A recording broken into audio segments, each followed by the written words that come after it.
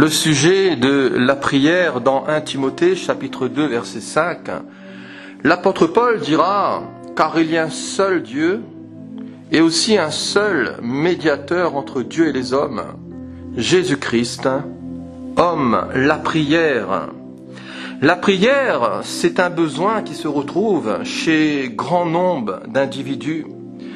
C'est un besoin qui se retrouve chez une multitude de personnes et c'est quelque chose d'universel, quelles que soient les races ou les cultures. Et les gens prient pour diverses raisons. Certains prient pour avoir des faveurs, d'autres des grâces. Certains prient pour avoir une protection ou une bénédiction du travail, de la santé ou autre chose. Question, qui devons-nous prier ? Dans la Bible, les prières ne doivent jamais être adressées à des idoles. Le Seigneur l'interdit. Dans la Bible, les prières ne doivent jamais être adressées à des images, à des statues ou à des reliques, ou à des saints, ou à la Vierge Marie, ou aux morts, ou aux défunts. Dans la Bible, les prières ne doivent jamais être adressées aux ancêtres, à des anges ou à l'armée des cieux. Comme le soleil, la lune ou les étoiles, Deutéronome, chapitre 4, verset 19. Prier d'autres dieux que le vrai Dieu, c'est un péché. Et aux yeux du Seigneur, c'est une abomination. Le Dieu de la Bible est le Dieu unique et il ne peut être associé à qui que ce soit. Il est un Dieu jaloux et aussi un feu dévorant. Néanmoins, le Seigneur ne tient pas compte des temps d'ignorance. Néanmoins, le Seigneur ne tient pas compte de toute cette période de temps où les hommes adorent leurs idoles, où les hommes adorent leur image, où les hommes se prosternent devant toute forme de dieux qui sont des dieux faits de main d'homme. Mais le Seigneur les appelle maintenant et appelle les hommes et les femmes, voyez-vous, quel que soit le lieu où ils se trouvent, à se repentir. Dieu les appelle à changer de mode de vie, à changer de mentalité, à avoir en aversion leurs péchés, à abandonner les faux cultes, abandonner les cultes idolâtres, abandonner les faux dieux, les fausses religions et les faux systèmes, pour se tourner vers le Dieu vivant et vrai. Dieu ne tient pas compte des temps d'ignorance et Dieu fait grâce. Dieu pardonne à tous ceux qui se repentent, à tous ceux qui reconnaissent leur erreur, leur égarement, pour se tourner vers le Seigneur. Si Dieu ne tient pas compte des temps d'ignorance, certains restent endurcis, certains restent avec un cœur dur, et ils continuent, voyez-vous, à offrir des sacrifices, à se prosterner devant leur idole, à adorer des faux dieux, à prier. Mais la Bible nous dit que la prière des impénitents endurcis reste inutile. Dans Proverbe 28, verset 9, il est dit que si quelqu'un détourne l'oreille pour ne pas écouter la loi, sa prière même est une abomination. Si quelqu'un détourne l'oreille pour ne pas obéir au Seigneur, si quelqu'un fait la sourde oreille pour ne pas obéir à Dieu, alors sa prière même est une abomination. C'est quelque chose que Dieu a en horreur. Abomination en hébreu, c'est une chose dégoûtante. Pensez-vous que Dieu aime les choses dégoûtantes ? Pensez-vous que Dieu aime les choses sales, les choses souillées, les doctrines impies ? Le Seigneur en a du dégoût. Le Seigneur les rejette. Dieu aime les hommes, les femmes, même le bas tombé, même l'ignare. Mais le Seigneur n'aime pas les pratiques des hommes. Peut-il exister des prières dégoûtantes ? Oui. Dans le livre de Jérémie, au chapitre 13, au chapitre 16, concernant les avertissements dans les menaces de l'Éternel sur l'orgueil de Juda et de Jérusalem, qui refusaient d'écouter les paroles du Seigneur, parce qu'ils suivaient les penchants de leur mauvais cœur. Israël et Juda, dans cette période de l'histoire, allaient après d'autres dieux et ils mettaient leur confiance dans le mensonge. Et le Seigneur dira, malheur à toi, Jérusalem. Malheur à toi, Jérusalem, jusqu'à quand tarderas-tu à te purifier? Et le Seigneur dira à son prophète, Jérémie, n'intercède pas en faveur de ce peuple. Ne prie pas pour eux. Ne prie pas pour ce peuple. S'ils jeûnent, je n'écouterai pas leurs supplications. S'ils jeûnent, je n'écouterai pas leurs cris. Parce que je veux les détruire. Je veux les détruire par l'épée, par la famine et par la peste. Parce qu'ils m'ont abandonné. Parce qu'ils m'ont irrité au travers de leurs pratiques abominables, au travers de leur sorcellerie, au travers de la pratique d'idolâtrie. Ils se sont détournés de moi pour aller vers des choses de néant, vers des choses vaines. Aussi la fureur m'est montée aux narines. Et je veux les détruire par l'épée, par la famine et par la peste. Ne croyez pas qu'on puisse pécher impunément et s'essuyer la bouche sans que Dieu ne voie, sans que cela ne touche le Seigneur, sans que cela ne l'irrite. Ne soyons pas étonnés de certains jugements. Ne soyons pas étonnés de certaines manifestations divines. Lorsque tu annonceras ce peuple toutes ces choses, dira le Seigneur à Jérémie, ce peuple te dira, mais pourquoi l'Éternel nous menace-t-il de tous ces grands malheurs? Pourquoi Dieu nous menace-t-il de toutes ces catastrophes? Quel est notre péché? Quelle est notre iniquité? Quel mal avons-nous fait? Alors tu leur répondras, vos pères m'ont abandonné. Ils sont allés après des choses de néant, après d'autres dieux, ils ont servi ces dieux et ils se sont prosternés devant eux, ils m'ont abandonné et ils n'ont point écouté ma parole, ils n'ont point écouté ma loi. Qui doit écouter la loi de Dieu? Tout homme, toute femme doit prêter l'oreille à la loi de Dieu. Tout individu doit se prosterner devant le Créateur et reconnaître qu'il est Dieu, reconnaître sa parole comme vérité, reconnaître son besoin de lui. Qui doit observer la parole de Dieu? Tout homme, toute femme, tout individu, tout jeune homme, tout vieillard, mais surtout le peuple de Dieu, surtout l'Église.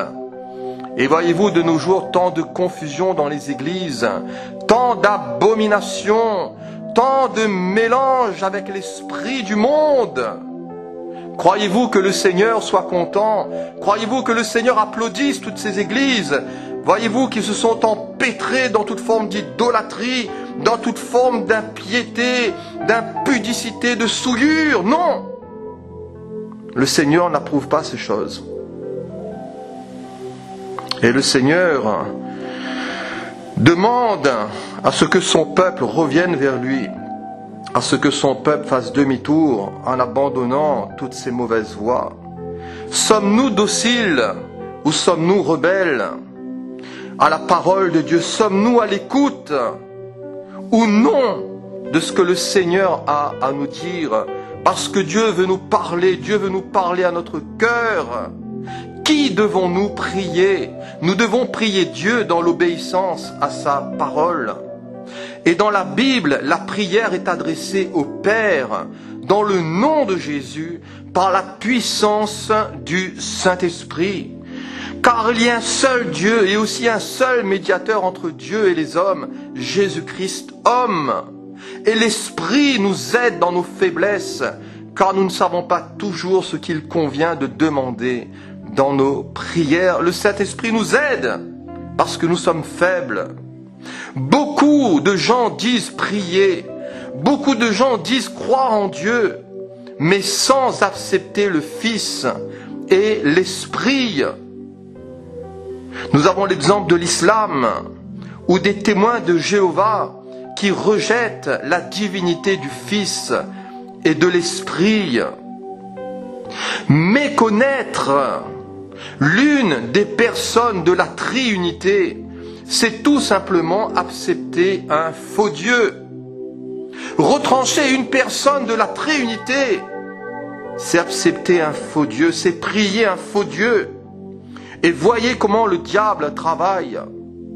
Les catholiques conçoivent la doctrine du Père, du Fils et du Saint-Esprit, mais en y associant plein d'idolâtrie, en y associant plein d'abominations. Les musulmans et les témoins de Jéhovah, eux, ils rejettent l'idolâtrie, mais ils nient la divinité du Fils et de l'Esprit. Pour nous, chrétiens, rejetons l'idolâtrie et croyons dans le Dieu unique manifesté en 3 personnes. Il est vrai que le terme Trinité, il est vrai que le terme triunité n'existe pas dans les Écritures, n'existe pas dans la Bible, mais le concept est valable, le concept est biblique. Alléluia. L'accès à la prière se fait par Jésus. Et Dieu écoute ceux qui croient au nom de son Fils.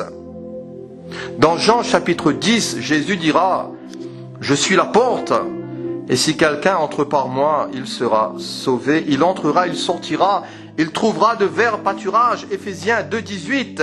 Car par lui, par Jésus, nous avons les uns et les autres accès auprès du Père. L'accès à la prière se fait par Jésus. Et Dieu écoute ceux qui croient au nom de son Fils. Et Jésus est le chemin, Jésus est la vérité, Jésus est la vie. Et nul ne vient au Père que par lui. Personne ne peut avoir accès au Père que par le Christ, par la mort et par la résurrection et par la personne du Christ Jésus. Quelles sont les causes d'échec dans la prière? Nous avons vu premièrement le mépris de la loi. Si quelqu'un détourne l'oreille pour ne pas écouter la loi, sa prière même est une abomination. Les causes d'échec dans la prière, c'est aussi le manque de miséricorde, c'est-à-dire c'est l'indifférence. Et dans Proverbe 21, verset 13, il est dit « Celui qui ferme son oreille au cri du pauvre, il criera lui-même et il n'aura point de réponse. » Faire justice aux pauvres, faire justice et savoir faire justice aux faibles, à l'orphelin, faire droit aux malheureux, à l'indigent et aux opprimés. Dans l'épître de Jacques au chapitre 5 et au verset 1, l'apôtre dira « À vous maintenant riches, pleurez et gémissez à cause des malheurs qui viendront sur vous. Vos richesses sont pourries et vos vêtements sont rongés par les teignes. Votre or et votre argent sont rouillés. Et leur rouille s'élèvera en témoignage contre vous et dévorera vos chairs comme un feu. Vous avez amassé des trésors dans les derniers jours. Voici le salaire des ouvriers. » Et cela me fait penser aux gilets jaunes. Voici le salaire des ouvriers qui ont moissonné vos champs et dont vous les avez frustrés crient. Et les cris des moissonneurs sont parvenus jusqu'aux oreilles du Seigneur des armées. Vous avez vécu sur la terre dans les voluptés et dans les délices. Vous avez rassasié vos cœurs au jour du carnage. Vous avez condamné, vous avez tué le juste qui ne vous a pas résisté. Une parole terrible ici de l'apôtre Jacques pour les mauvais riches. Un jugement terrible ici concernant les mauvais riches. Quelles sont nos attitudes envers l'argent? Et quelles sont nos attitudes envers les biens matériels? Professer, adorer Dieu en adorant l'argent, cela ne colle pas. Le fait de posséder quelques richesses n'est pas un péché en soi, puisque c'est la bénédiction de l'Éternel qui enrichit, et il ne la fait suivre d'aucun chagrin. Ce qui est mal, c'est le mauvais usage qu'on en fait, et c'est de ne penser qu'à notre ventre. L'amour de l'argent a des fins égoïstes et impies, et hautement condamné par Dieu. Voilà le problème. Pourquoi amasser inutilement des richesses? Combien de richesses qui sont pourries Sachons bien utiliser nos biens pour le Seigneur et pour son œuvre. Soyons généreux. Ayons des largesses dans nos cœurs face aux pauvres, face à celui qui est dans le besoin, surtout dans cette période difficile où la pauvreté va s'installer dans le monde, où la pauvreté va s'installer dans les nations même, parmi beaucoup de chrétiens. Les niveaux de vie vont se dégrader, les avantages vont être enlevés et les robinets vont être fermés. Ne donnons pas nos biens, ne donnons pas notre argent aveuglément. Ne nourrissons pas des projets inutiles, mais demandons au Seigneur d'ouvrir nos yeux, de mettre un collier dans nos yeux, pour que nous puissions voir les besoins réels, les besoins de l'œuvre du Seigneur, les besoins de notre semblable. Pourvoyons aussi aux besoins de nos familles. Et si quelqu'un n'a pas soin des siens, et principalement de ceux de sa famille, il a renié la foi. Il est pire qu'un infidèle. Avoir soin de ceux qui sont dans le besoin. Dans Galates chapitre 2 verset 10, l'apôtre dira: ils nous recommandèrent seulement de nous souvenir des pauvres, ce que j'ai bien eu soin de faire. L'apôtre Jean pourra dire: si quelqu'un possède les biens du monde, et que voyant son frère dans le besoin, il lui ferme ses entrailles, comment l'amour de Dieu demeure-t-il en lui? Frères et sœurs chrétiens, n'ayons pas des fortunes inutilement planquées. Ne nous amassons pas des trésors sur la terre où la teigne et la rouille détruisent, où le voleur perce et dérobe. Mais soyons intelligents. Amassons-nous des trésors dans le ciel. Collaborons à l'œuvre du Seigneur. Ayons un placement éternel. Ne gaspillons pas notre temps, ne gaspillons pas notre énergie, ne gaspillons pas les choses que le Seigneur nous a données. Soutenons l'œuvre de Dieu, les ministres aussi de Dieu, les serviteurs de Dieu qui se consacrent au Seigneur, qui se consacrent sans relâche à l'œuvre de Dieu. N'ont-ils pas le droit de manger? Si. N'ont-ils pas le droit de boire, ces serviteurs de Dieu, ces pasteurs, ces évangélistes, ces missionnaires? Si, ils ont le droit de manger. Comme nous, ils ont le droit de boire. Sont-ils différents de nous? Non. Ils ont aussi leur famille, ils ont aussi leurs enfants. Aidons-les. Les causes d'échec dans la prière peuvent être aussi dues à d'autres facteurs. Les causes d'échec peuvent être dues à la désobéissance dans 1 Samuel chapitre 14, verset 37, au manque de pardon. Les causes d'échec dans la prière peuvent être aussi dues à des péchés cachés. Dans le psaume 66, verset 18, à l'intempérance, Jacques, chapitre 4, verset 3. Quelles sont les conditions d'exaucement concernant la prière? Nous avons premièrement la repentance.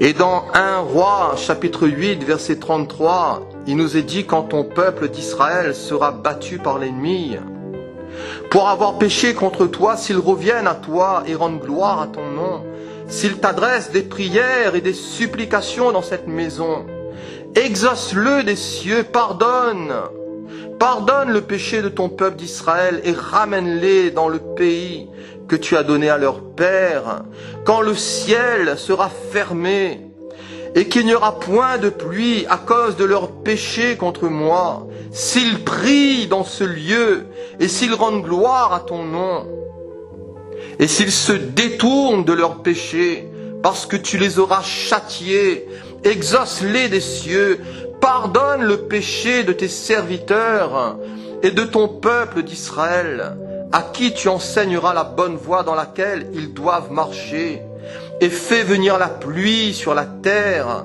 que tu as donnée en héritage à ton peuple, quand la famine, quand la peste, quand la rouille, la nielle, les sauterelles d'une espèce ou d'une autre seront dans le pays, quand le pays sera envahi par ces choses, quand l'ennemi assiégera ton peuple dans son pays, dans ses portes, quand il y aura des fléaux ou des maladies quelconques, Si un homme, si tout ton peuple d'Israël fait entendre des prières et des supplications et que chacun reconnaisse la plaie de son cœur et étende les mains vers cette maison, exauce-les des cieux, du lieu de ta demeure et pardonne, Seigneur.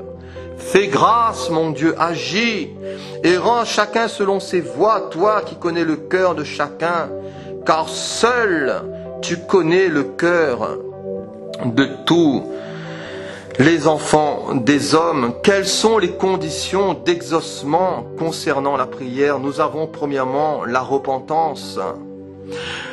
Deuxièmement, Dieu exauce aussi nos prières quand notre cœur est sincère.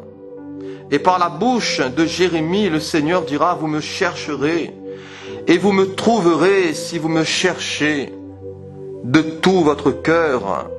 Dans le cœur, Dieu aime aussi voir la foi. Et sans la foi, il est impossible de lui être agréable. Car il faut que celui qui s'approche de Dieu croit que Dieu existe et qu'il est le rémunérateur de ceux qui le cherchent. Cherchons le Seigneur avec un cœur pur.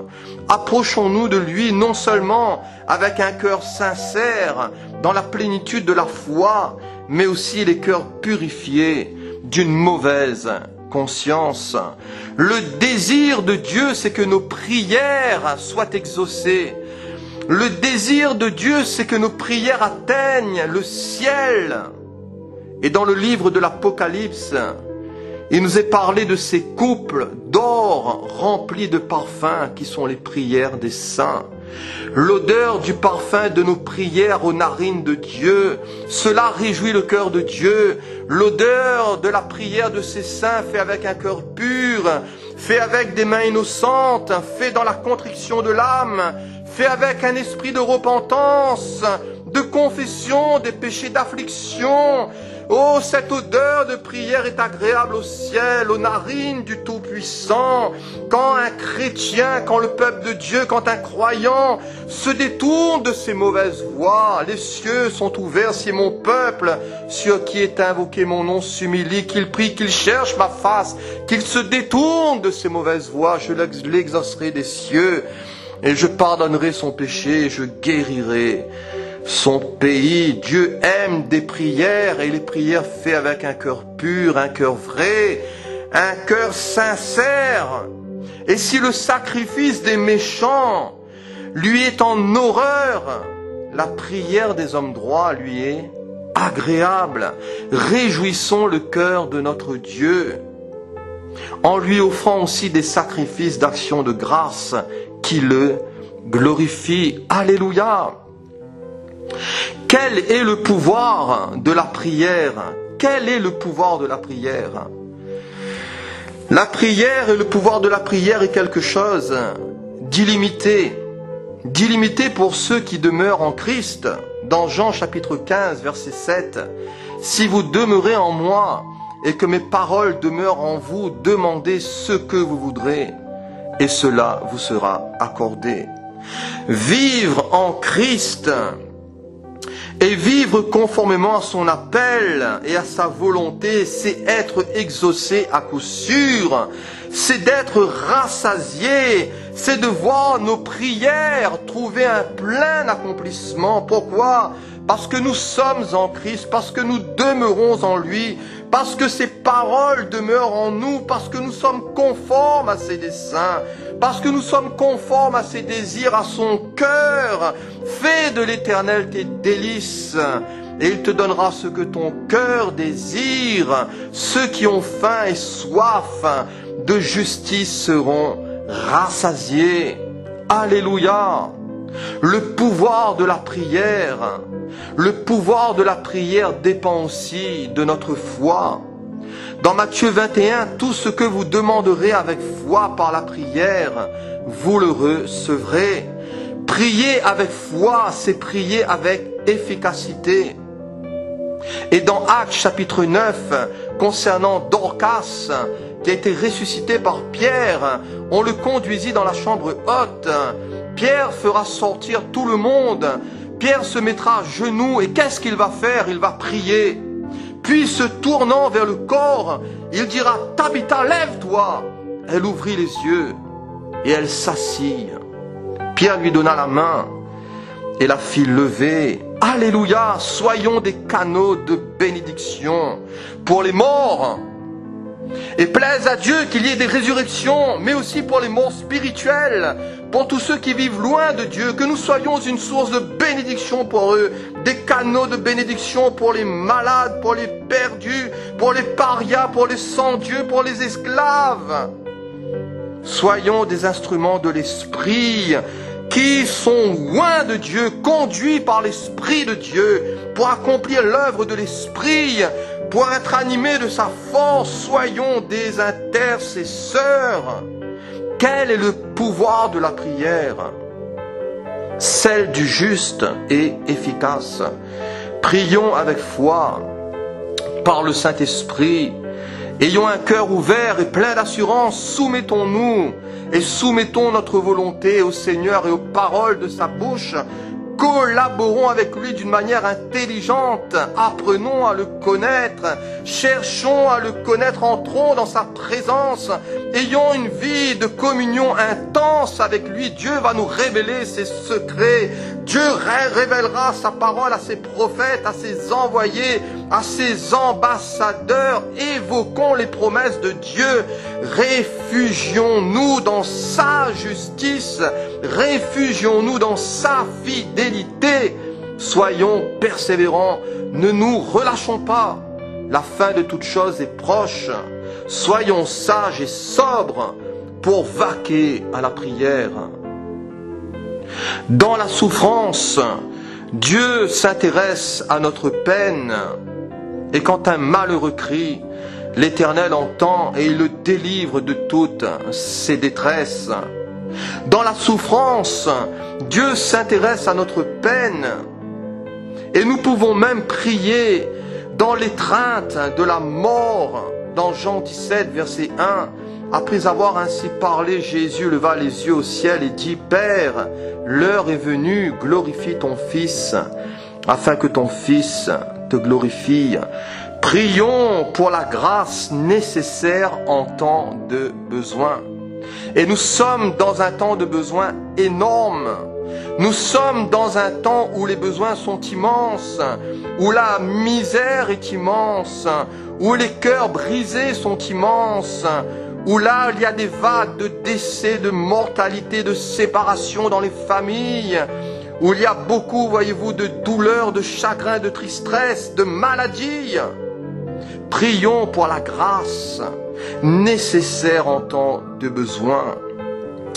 Le Seigneur ouvre sa main et il rassasie à souhait tout ce qui a vie. Le Seigneur s'intéresse à notre peine, à nos larmes, il les recueille dans son outre. Le Seigneur voit nos cœurs brisés, il entend nos cris et nos gémissements. Prions pour la grâce nécessaire dans nos temps de besoin. Jésus est le modèle de prière, Jésus est le modèle d'intercesseur, il est notre exemple. Et il a prié pour Simon afin que sa foi ne défaille point. Luc chapitre 22, verset 32. Remercions aussi le Seigneur pour toute son attention.